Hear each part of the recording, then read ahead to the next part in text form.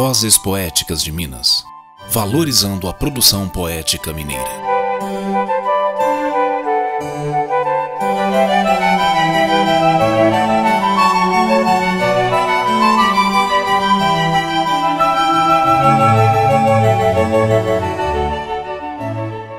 Olá, sejam muito bem-vindos a mais um Encontro Poético, terceira temporada do Vozes Poéticas de Minas, uma parceria da Escola Judicial Desembargador Edésio Fernandes do Tribunal de Justiça de Minas Gerais com a Academia Mineira de Letras. No Encontro Poético de hoje eu recebo o desembargador Rogério Medeiros Garcia de Lima, que atua no Tribunal de Justiça de Minas Gerais, é jurista, pesquisador, professor e autor de vários livros da literatura jurídica e, mais recentemente, de um de prosa e verso sobre redes sociais. Vamos falar sobre a vida e obra de José Severiano de Rezende, seu conterrâneo, não é mesmo, desembargador? Exatamente, é muita alegria estar aqui falando de literatura, poesia e de um conterrâneo dos mais notáveis da minha querida São João del Rei.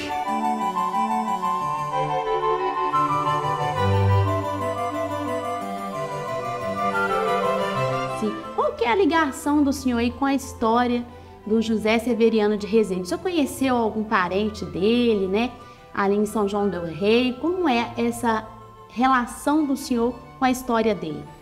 O pai dele, o Severiano Nunes de Rezende, foi um homem notável, professor, lecionava português, latim, francês, e também era um homem de imprensa, né? Era escritor, jornalista, tinha um famoso jornal, o Arauto de Minas, em São João del Rei. Numa determinada época de sua vida, ele era também político. Ele residiu uma determinada época em Mariana. Foi exatamente em 1871. Foi aí que nasceu. Nasceu, por acaso, né, em Mariana, o José Severiano de Rezende. Mas uma irmã 19 anos mais nova, era de 1890, a professora e poeta Celina Rezende Viegas. Filha do Severiano Nunes e irmã do José Severiano. Eu a conheci pessoalmente, imagina. Nós temos um laço de amizade muito grande com a família Viegas. E Dona Celina, ela viveu, se eu não me engano, até 1994. Com 104 anos, já tinha perdido a visão, mas tinha uma memória fabulosa, recitava suas poesias de memória e teve muita alegria de acompanhar minha trajetória, né? Inclusive, eu passei no concurso da magistratura em 1989 e logo em seguida eu fui eleito como sócio da Academia Sanjoanense de Letras. Ela foi a minha posse. Muito bacana. Feliz de eu ser. Ela chegou a conhecer o senhor? Sim, me pegou no colo, né? O filho dela, Dr. Milton Viegas, era um médico um pouco mais novo que meu avô, também médico. Essa amizade, meu pai e meu tio também médicos. Dr. Milton Viegas, filho de Celina e sobrinho de José Severiano. Era um grande amigo da nossa família. Bacana.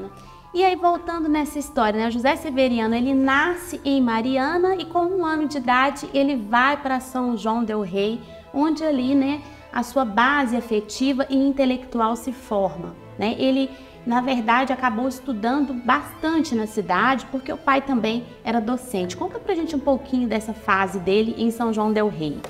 Ele era muito ligado ao pai, e o pai também muito ligado aos filhos, né, e muito preocupado e esmerado na educação dos filhos. Olha, muito interessante, eu devo registrar aqui que uma das praças mais belas de São João del Rei, cujo nome antigo era Largo Tamandaré, ela se chama Praça Severiano de Rezende, o pai, que era sanjoanense, político, escritor, professor, já falamos aqui.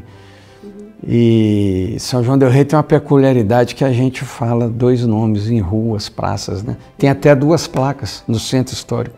O Largo Tamandaré, a Praça Severiano Rezende. É onde está o Museu Histórico. Mas o interessante é que Em 1971, o Dr. Milton, sobrinho do Severiano, filho da dona Celina, médico, ele foi o prefeito, aliás, um prefeito memorável, né? Foi um grande prefeito de São João del Rei. E ele reimprimiu um livro do tio que ele escreveu quando logo se mudou para a França. É o Flos Sanctorum, é onde ele celebra, né, biografa os santos de sua preferência. E esse livro tem na minha biblioteca, eu herdei dos meus pais, né? Eu li esse livro ainda jovem, foi o meu primeiro contato com o Severiano de Rezende e fiquei sabendo ali, depois com a amizade intensa da família, que ele era tio do Dr. Milton, irmão de dona Celina, né? Então, e o pai, que dá o nome à praça, o Severiano de Rezende, eu sempre fui muito curioso com história, né? Eu até recentemente fui empossado com muita honra e a convite de vários ilustres confrades, né, para ingressar no Instituto Histórico e Geográfico de Minas Gerais. Já o sou também em São João del Rei e na querida Tiradentes, cidade irmã. Mas então, veja bem, essa leitura um livro muito bom, né, o Flos Sanctorum, em prosa, falando dos santos. Mas eu sempre dali eu tive curiosidade em conhecer essa figura tão marcante. E o José Severiano sempre foi muito curioso, o espírito dele era um espírito inquieto. Destemido. Né? Destemido, polemista futuramente, mas ele muito curioso, então ele acompanhava a preparação dos jornais. Dizem que ele aprendeu a ler antes da época, ainda muito novinho, vendo o pai trabalhando ali na imprensa, né? Ele acompanhava o pai lá para os arautos e ficava ali fazendo o jornal com o pai. E com o pai também ele aprendeu muito a língua portuguesa, francês, o latim. Futuramente esse conhecimento dele, especialmente do francês, o habilitaria a se enfronhar quando viveu em Paris, né? Sim. Na cultura francesa, no jornalismo, na literatura. E o latim também, no período em que ele decidiu ingressar no seminário de Mariana e tornar-se padre, né? Mas antes disso, ele esteve em São Paulo estudando Direito, sim, na famosa Faculdade de Direito de São Paulo. Ele entrou numa polêmica lá em defesa de um professor que era monarquista e esse professor foi hostilizado pela maioria dos outros professores e do corpo de alunos em geral, republicanos, né? E o Zé Severiano ficou ao lado desse professor. Foi aí que ele começou a ter esse desentendimento? Sim, ele deixou a faculdade e voltou para Minas, né? Ele quis continuar o curso na faculdade de Ouro Preto, ainda era Ouro Preto, né? A Faculdade Livre de Direito.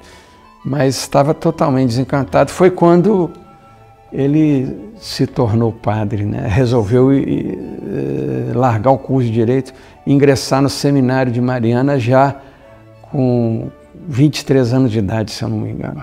Cumprindo a profecia que tinha sido dita ali no batismo dele, né? Que o padre, ao batizá-lo, falou que ele seria um ótimo padre, e a mãe e o pai ali se alegraram com essa profecia, né? Então, ele foi padre, jornalista, né? Escritor. Foi também tradutor depois, que ele acabou traduzindo até, né, A Cigarra e a Formiga aqui, né, publicado aqui no Brasil. E, além disso, ele se envolvia muito nessas polêmicas e as suas poesias acabavam falando muito dessa busca dele pela moral, os bons costumes, mas também qual era o outro sentimento que o senhor observava ali naquelas poesias dele? E me chamava a atenção esse lado polemista, né, do José Severiano de Rezende. Nas poesias ele falava muito dessa angústia, o senhor percebe? Às vezes... Sim, o polemista é um sofredor, veja, ele teve essa polêmica ainda estudante de Direito. Ele, depois de padre, ele escrevia no jornal Dom Viçoso, lá de Mariana. Sim. Ele teve atritos que foram contribuindo para desgastar a sua relação com a igreja, né? Porque ele era monarquista e ele usava o jornal da Arquidiocese de Mariana, o jornal Dom Viçoso, com artigos em defesa da monarquia, atacando, inclusive, presidentes da República, o Campos Salles e Rodrigues Alves. Aquilo o indispunha com os bispos, né? E um lado boêmio que ele tinha. O arcebispo do Rio de Janeiro o admoestou também, o famoso cardeal Arcoverde. O admoestava porque ele tinha um lado boêmio, de frequentar bares, gostar de uma cerveja, vinho e conviver com poetas, né? Da estirpe de Olavo Bilac, no Rio de Janeiro. Lá em Ouro Preto, Mariana, ele se fez muito amigo também de Alfonso Guimarães. Sim, ele trocou cartas, né, com ele. Inclusive, ele trocou bastante cartas, né, falava das angústias dele para essas pessoas, né. E tem uma que ele escreve para João Gualberto do Amaral, que era um sacerdote radicado no Rio de Janeiro, né, que ele começa assim: por eu ser o mais réu dos demais pecadores e por ter a consciência escura e corrompida, longamente sonhei horrores sobre horrores, tenebrosas alucinações desta vida. Mas ele também falava do dia a dia, né? Tem um poema dele aqui interessante, que é o Viajando, né? Eu ia pelas campinas, cansado de cavalgar, num burro que a trotear por estas terras de Minas conduzia-me. As boninas, extenso jardim sem par, derramavam pelo ar doces fragrâncias divinas. Brincavam sobre os abetos, dous saguis irrequietos. Pipilava o maçarico, e um passarinho brejeiro, lá de cima do coqueiro, grita: "Bom dia, seu Chico!" E esse aqui ele lançou no jornal Alvorada, em São João del Rei. Então ele era um misto ali, né, dessas angústias, dessas inquietudes e também dessas abordagens um pouco aleatórias às vezes, né? Ele lançou inclusive também um jornal chamado O Tribunal. E quando ele lançou esse jornal, tem muito dessa recorrência que o senhor falou, da coragem que ele tinha de provocar, né? Que ele diz assim: o tribunal, né, no editorial que ele lança para o jornal, o tribunal vem para julgar, censurará franca e abertamente o que for contra a razão, contra a moralidade, contra o bom senso, não nasceu para mentir e não teme os golpes falsos das línguas viperinas que falam para fazer mal. O senhor acha que foi exatamente essa, né, constante inquietude dele de às vezes entrar, né, em polêmicas que o tirou do sacerdotismo? Exatamente. Veja, ouvindo aí essa bela poesia que você recitou, é uma expressão viva da escola literária a que ele se filiava, que era o simbolismo, né? Eu me lembro ainda, estudante secundário, na escola preparatória de Cabeça do Ar, em Barbacena.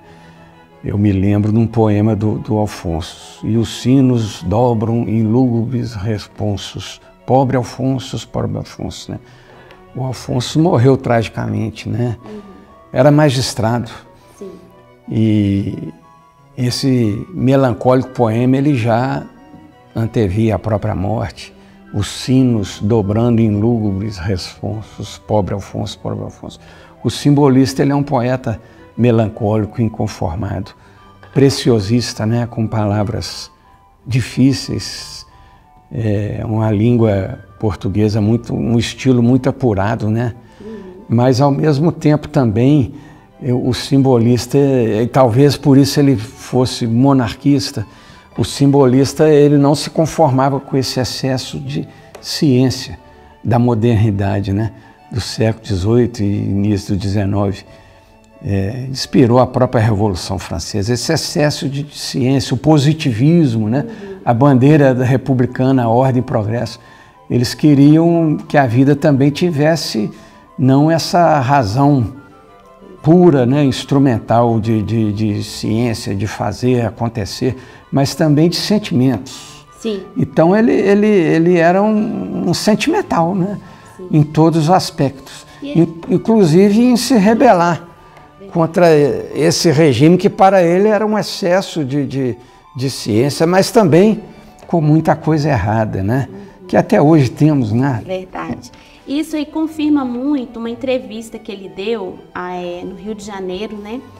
e ele foi questionado qual era a formação literária dele. E ele diz assim, mas por que vocês estão questionando minha formação literária?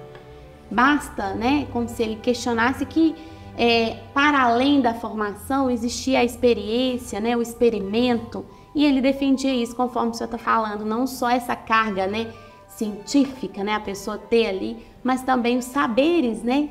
Celebrava a natureza, né, o pássaro ali, isso, cumprimentando, bom dia, seu Chico, né? Essa harmonia do ser humano com a natureza, com os animais, a árvore, né? E isso era muito presente na obra dele. Ele faleceu na França, né? Quais foram as questões que o levaram a residir na Cidade de Luz? O senhor tem ideia nas suas pesquisas? Exatamente um certo desencanto. Ele largou o sacerdócio e sabia muito bem o francês desde a infância, aprendeu com o pai, né? E ele logo foi muito bem assimilado na Cidade de Luz, né? Fez muitas amizades com poetas e ele segue os simbolistas franceses, né? O Baudelaire, Paul Verlaine, e ele trabalhava como tradutor, você já antecipou aí, mas também escrevia crônicas e poesias, mandava para o Brasil e também jornais franceses, né? E ele, muito admirado já e com muitos bons amigos, até pela necessidade da sobrevivência, ele tinha um determinado cargo público também. Lá também ele teve uma boa saída na escrita, naqueles jornais, ele escreveu também muitos poemas, né, lá nos jornais da França. E depois, né, o senhor me contou nas suas pesquisas que ele se voltou novamente, né, para a questão religiosa. Como é que foi isso? Olha, eu tenho um grande amigo lá em São João del Rei. Ele é um pouco mais velho que eu, mas um excelente intelectual, professor de letras, aposentou-se na Universidade de Brasília, voltou para São João del Rei. Ele é meu confrade na Academia de Letras de São João del Rei, no Instituto Histórico e Geográfico de São João del Rei. Ele se chama Francisco José Braga. Sim. E ele conseguiu resgatar um necrológio do José Severiano de Rezende, escrito na época do seu falecimento, 1931, e ele publica isso no seu blog e com notas e comentários dele, né? E interessante esse desfecho, porque o antigo autor do necrológio, publicado e comentado pelo Braga, né? Ele faz essa ressalva no final que ele tinha uma companheira. Ele faleceu, foi sepultado lá na França, depois a companheira faleceu também, foi sepultada junto com ele, mas ele faleceu reconciliado com Jesus e voltou a buscar Jesus, né? Isso consta do necrológio dele. Talvez aquela coisa mesmo da maturidade, né? Da maturidade, as paixões vão se arrefecendo, né?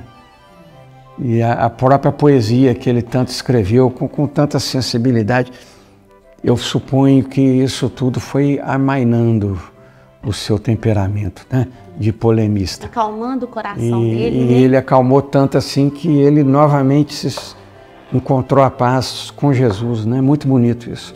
Filho, embora nascido em Mariana, mas criado em São João del Rei, uma cidade da mais elevada religiosidade, né?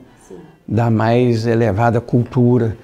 Isso tudo estava ali dentro dele, desde a infância. E essa questão, né, ficou muito marcada pelas cartas que ele escrevia à irmã Celina, né, falando aí da sua volta, né, à busca, né, pela salvação, né, pela remissão dos pecados. Dona Celina era profundamente religiosa, né, conheci de perto. E os dois tinham uma ligação, né? Irmãzinha mais nova, né? Ele lançou uma grande coletânea, né, que foi Mistérios, e o nome diz muito sobre essa questão do sacerdócio dele, que ficou como um mistério, né, porque ele saiu, porque ou ele fora, né, retirado ou não, isso aí é um mistério, né, desembargador? A religião é um mistério, né? quem é católico assiste missa, eis o mistério da fé, né? A gente tem vários mistérios. E religião não é ciência, religião é fé, né? Onde a ciência não explica, começa a fé, não dizem os grandes filósofos. Então, a própria religião é um grande mistério, a Eucaristia, não é isso? A transubstanciação, né, do corpo e sangue de Jesus no momento da comunhão, da Eucaristia. Então esse título do livro dele, A Coletânea dos Poemas, são todos esses mistérios que ele viveu, que ele buscou respostas, né? E, infelizmente as portas foram lhe fechando, né? A faculdade de Direito, a vida de sacerdote, isso tudo, né? Mas ele nunca desistiu de buscar. E no fim ele reencontrou Jesus, né? Isso é muito bonito. Verdade. Muito obrigada, desembargador, por trazer aí, né, da sua sabedoria, né, do seu conhecimento e da sua pesquisa, e até mesmo do seu contato afetivo aí com alguém, né, da família do José Severiano de Rezende, para que pudéssemos falar um pouco sobre essa história, né, do marianense de nascença, mas são joanense de coração, José Severiano de Rezende. Muito obrigada. Eu já estou mais ou menos como Norberto Bobbio, né, 62 anos de idade, legalmente já um idoso, né, pelo estatuto de idoso, mas o Bobbio, ele dizia no seu fabuloso livro de memórias, né, que o tempo do velho é o passado. Eu hoje tenho falado muito mais do passado com muita alegria, né? Falar de Dona Celina, José Severiano, Dr. Milton, Tancredo, né? Dona Celina foi professora do Tancredo. Então, o tempo do idoso, eu não estou tão idoso assim, mas já estou muito com os olhos nesse passado que eu tanto amo e glorifico. Conhecer o passado, né? Para transformar o presente, valorizar o futuro. Exatamente. Nós vivemos disso, né? Sim. Fiquem atentos às redes sociais da Academia Mineira de Letras e da Escola Judicial e acompanhem os próximos episódios do Vozes Poéticas de Minas.